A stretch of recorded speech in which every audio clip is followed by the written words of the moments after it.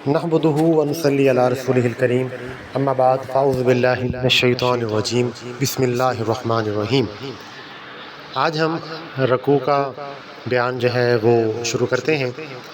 اب ہماری پہلی قیام میں تمام چیزیں مکمل ہو چکی ہیں۔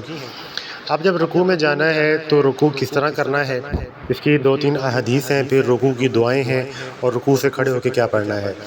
اماں جی عائشہ فرماتی ہیں کہ جب اللہ کے نبی صلی اللہ علیہ وسلم رکوع میں جاتے تو اللہ کے نبی کی جو پیٹھ ہے، کمر ہے، وہ بالکل سیدھی ہوتی، یعنی کہ ہماری کمر ہے بالکل سیدھی ہونی چاہیے، جس کو اکثر یہ ہمارے مفسرین محدثین جو ہے مثال دیتے ہیں کہ اگر اس کے اوپر کوئی گلاس رکھ دیا جائے یا کوئی پیالہ رکھ دیا جائے تو پانی گرنا نہیں چاہیے۔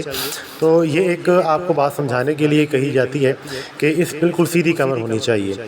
دوسرے نمبر پہ اللہ کے نبی کیا کرتے کہ اپنا سر نہ اونچا ہوتا آپ کا کرتے اور نہ ہی سر کو نیچا کرتے۔ اس چیز کی تصویر آپ کے سامنے آ رہی ہوگی۔ اس تصویر میں دیکھیں کہ اونچا سر اور نیچا سر سے کیا مطلب ہے۔ آپ کی جو آنکھیں ہیں، نگاہیں ہیں، وہ مسلسل پوری نماز میں آپ کی سجدے والی جگہ پہ ہونی چاہیے۔ جب سجدے والی جگہ میں ہوں گی تو رکوع کے وقت آپ کا جو سر ہے وہ عین سجدے کے اوپر ہوگا، سامنے ہوگا سجدے والی جگہ کے، تو آٹومیٹکلی ہمارا سر نہ اونچا ہوگا نہ ہی نیچا ہوگا۔ یہ آپ کی کمر کی کیفیت ہونی چاہیے۔ پھر اللہ کے نبی کیا کیا کرتے تھے کہ جب اللہ کے نبی رکوع میں جاتے تو اپنی ہتھیلیوں کو گھٹنوں پر رکھا کرتے تھے۔ آپ کی جو ہتھیلیاں ہیں وہ گھٹنوں پہ رکھ کے پھر اس گھٹنے کو مضبوطی سے پکڑ لیتے۔ اب مضبوطی سے پکڑ لیتے گھٹنے کو اور اپنی انگلیاں جو ہیں وہ کشادہ رکھتے، کھلی رکھتے۔ اس کی بھی تصویر آپ کے سامنے آ رہی ہوگی، اس طرح رکھیں۔ اور جو آپ کا بازو ہے یہ بالکل تان کے رکھتے، بالکل سٹریٹ ہوتا، اس میں کوئی جھکاؤ نہیں ہوتا، کوئی بینڈنگ نہیں ہونی چاہیے، بالکل آپ کا بازو جو ہے وہ تنا ہوا، کسا ہوا ہونا چاہیے۔ پھر یہ آپ کے وضو کا ایک مکمل پریکٹیکل ہو جائے گا۔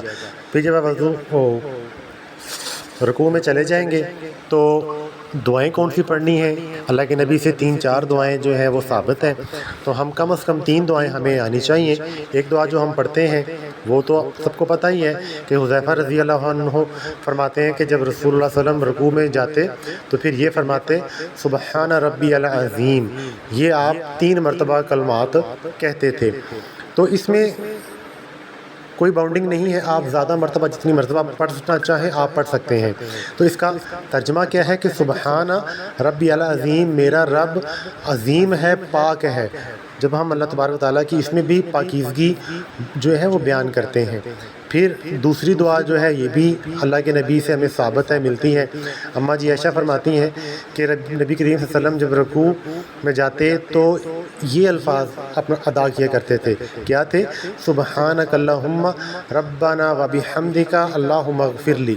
یہ اللہ کے نبی دعا پڑھا کرتے تھے، اے ہمارے پروردگار تو پاک ہے، ہم تیری تعریف بیان کرتے ہیں، یا الہی مجھے بخش دے۔ تو ہم رکوع کی حالت میں اللہ کے سامنے جھکے ہوئے ہیں، اللہ کی پاکیزگی بیان کر رہے ہیں اور اللہ سے اپنے لیے معافی مانگ رہے ہیں۔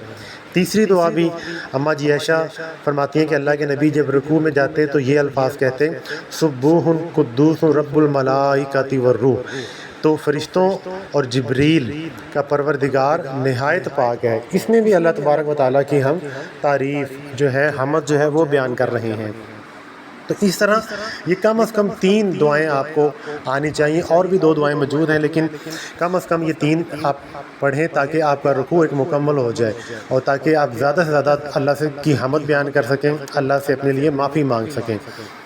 اس کے بعد جب رکوع سے آپ نے کھڑے ہونا ہے تو کھڑے ہونے کے بعد آپ نے جو الفاظ کہنے ہیں، اللہ کے نبی کیا الفاظ ادا کیا کرتے تھے۔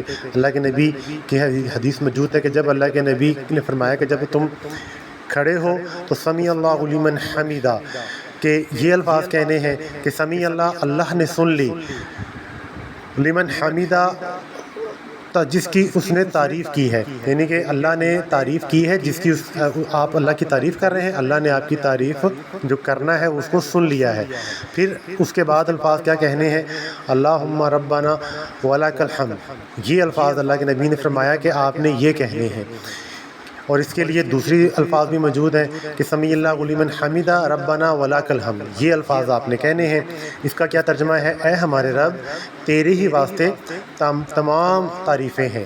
اب یہ الفاظ کے بارے میں بھی دیکھیں، اللہ کے نبی کی ایک خوشخبری موجود ہے۔ آپ نے فرمایا کہ جب آپ یہ الفاظ کہتے ہیں تو فرشتے بھی آپ کے ساتھ یہ الفاظ کہتے ہیں، اور آپ کا کہنا اور فرشتوں کا کہنا جب آپس میں مل جائے گا تو یہاں پہ بھی آپ کے پچھلے سارے گناہ معاف کر دیے جائیں گے۔ سبحان اللہ۔ تو ایک اور دعا اس کے آگے موجود ہے، ہمیں یہاں تک اکتفا نہیں کرنا، ہمیں ایک اور دعا پڑھنی ہے۔ تو اس میں ایک آتا ہے کہ اللہ کے نبی نا نماز پڑھا رہے تھے، جب آپ نے سمیع اللہ لمن حمیدہ پڑھا تو ایک مقتدی نے پیچھے سے ربنا ولک الحمد، اتنا تو اللہ کے نبی نے سکھایا تھا، اس کے آگے چند الفاظ کا اور اضافہ کیا۔ وہ کیا تھا کہ حمدن کثیرن طیبا مبارکن فی، یہ الفاظ اس نے پڑھے۔ جب یہ الفاظ انہوں نے پڑھے نا تو اللہ کے نبی نے سلام پھیرنے کے بعد پوچھا کہ یہ کون ہے شخص جس نے یہ الفاظ پڑھے ہیں؟ تو اس میں سے ایک شخص نے کہا کہ یا رسول اللہ صلی اللہ علیہ وسلم میں نے۔ آپ نے فرمایا کہ جب آپ نے یہ الفاظ پڑھے تھے تو میں نے 30 سے زیادہ فرشتوں کو دیکھا تھا جو دوڑے تھے اس کا اجر لکھنے کے لیے۔ سبحان اللہ، دیکھیں 30 سے زیادہ فرشتے اس کا اجر لکھنے کے لیے دوڑے ہیں۔ تو اگر آج ہم یہ اپنے نماز کے اندر اپنے رکوع سے کھڑے ہوتے ہوئے اس دعا کو شامل کریں گے تو ہمارا بھی یقین کامل ہے کہ آج بھی فرشتے اتنے ہی اس اجر کو لکھنے کے لیے آئیں گے۔ تو یہاں ہمارا رکوع جو ہے وہ مکمل ہو جائے گا۔ اب دیکھیں اتنی دعا جب آپ کھڑے ہو کے پڑھیں گے تبھی آپ کا رکوع ایک اطمینان بخش رکوع سے کھڑے ہوں گے، کیونکہ رکوع میں جلد بازی نماز میں نہیں کرنی، اتنی دیر آپ نے کھڑے ہونا ہے کہ آپ کی ہر ہڈی جو ہے وہ اپنی اصل مقام پہ آ جائے۔ اس کے بعد انشاءاللہ سجدے کا بیان ہے، وہ اس سے اگلی ویڈیو میں ہم بیان کریں گے۔